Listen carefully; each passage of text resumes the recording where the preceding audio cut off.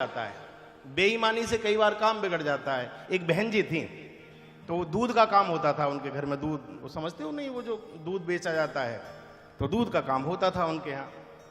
तो 6-7-8 भैंसें थी उनके यहाँ पे। तो कुछ दिन बाद पति बोला कि मुझे किसी काम से बाहर जाना है, तुम थोड़ी घर की व्यवस्था संभाल लेना। पत्नी बोली ठीक है। पति तो चला गया, दूध का काम इसने संभाल लिया। 35-40 लीटर दूध लगभग जाता था इसका। तो अब आप जानते हो कि कुछ समय बाद वो गाय भैंस दूध कम कर देती है देना। तो ये पति तो चले गए बाहर। बहन जी ने क्या काम किया कि जब दूध कम होने लगा तो उन्होंने उसमें पानी डालना शुरू कर दिया, और पानी डाल डाल करके ग्राहकों को देती रही, बेचती रही। पति ने फोन पे पूछा कि सब ठीक चल रहा है? बोले क्या ठीक चल रहा है, भैंसें तो दूध कम हो गई अब। तो पति बोला ठीक है, कोई बात नहीं, अब दूध कम हो गया है तो 25-30 लीटर तो जा ही रहा। बोले हाँ उतना जा रहा, वो ठीक है। पति को नहीं बताया, लेकिन पानी मिला के दूध उतना ही देती रही जितना जा रहा था। पति जब लौट करके आया तो हिसाब किया। हिसाब में इसने क्या काम किया कि जो दूध के पैसे थे वो तो पति को दे दिए, और जो पानी की ऊपर की कमाई थी वो अपना पर्स मोटा हो गया, वो अपने पास रख लिए। पति को कुछ पता नहीं है। अच्छा, पति बेचारे प्राय सीधे होते ही हैं, उसने ज्यादा ध्यान से पूछा नहीं कि भाई क्या है क्या नहीं है, तो ठीक। अच्छा, यहाँ का तो मैं नहीं कह रहा हूं, मैं अपनी तरफ की कह रहा हूं कि जब बहनों पे पैसे इकट्ठे हो जाते तो मायके जाने की पड़ने लगती है उनको ज्यादातर। यहाँ की तो नहीं करती होंगी ऐसा। तो जब पैसा इकट्ठा हुआ तो मायके जाने का वो बार बार कि सुनो जी, बोले हाँ, बोले घर से फोन आ रहा है, भैया बुला रहे हैं, भाभी बुला रही हैं, मैं तो जाऊंगी, ऐसा वैसा। तो पति बोला जाओ। ये अपने मायके आई। मायके में 2-4 दिन रही। जब विदा का समय आया तो घर वालों ने विदा की, मायके वालों ने। लेकिन क्या करा बहन जी ने कि जो इन पे अपने पैसे थे, तो भैया ने तो 500-700 रुपए की साड़ी की बात कही, बहन जी ने 1000-2000 अपनी तरफ से मिलाना शुरू कर दिया।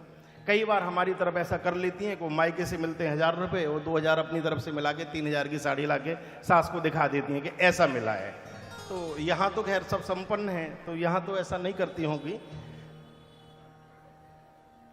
यहाँ तो नहीं है ऐसा।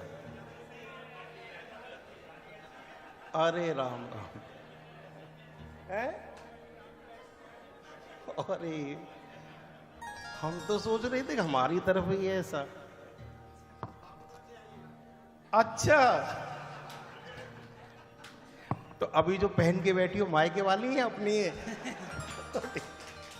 तो क्या हुआ कि वो जब बहन जी आई वहां से तो साड़ी वाड़ी लेके आई। एक बड़ी सुंदर सोने की लौंग बनवा के लाई, उसमें नग वगैरह लगे हुए थे, बहुत प्यारी लौंग।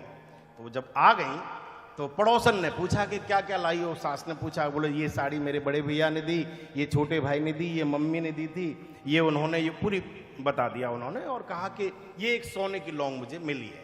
सब लोग बड़े खुश हुए। सहेली बड़ी खुश हुई, बोली तुम्हारे मायके वाले बहुत अच्छे हैं, इतनी अच्छी लौंग सोने की तुम्हें दी है। सब खुश हो गए। तो कहा कि दीदी, बोले हाँ। बोले लौंग तो बहुत अच्छी है, चलो गंगा नहाएं, सब लोग मिलकर के गंगा स्नान कराएं। बोले चलो। पूरी पार्टी बन गई, सब गंगा स्नान के लिए गई। अब जब गंगा स्नान करने के लिए पहुंची बहन जी, वही लौंग वाली, तो जब वो जैसे उन्होंने ऐसे पकड़ के गंगा जी में डुबकी लगाई, और जब बाहर निकल के आई तो जो वो डुबकी लगाते समय पे वहां एक मछली घूम रही थी। इनकी लौंग में नग लगे हुए थे, उसने समझा कोई कीड़ा इत्यादि है। वो आई, वो उसको ले गई। ये जैसे ही बाहर निकल के आई तब तक एक बोल पड़ी, दीदी। बोले कहाँ भयो? अरे कि तुम्हारी लौंग। तो ऐसे हाथ करके देखा तो लौंग गायब। तो बोली एह। तो बोली तुम्हारी लौंग? बोले एह।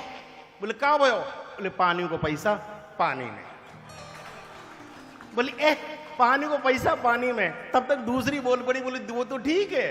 बोले फिर? बोले आधी नाक भी गायब है तुम्हारी। जैसे इसने हाथ लगाया तो ब्लड आ रहा था, खून आ रहा था। बोले अरे, फिर बोल पड़ी, बोले एह, पानी को पैसा पानी में, और नाक गई बेईमानी में। तो कई बार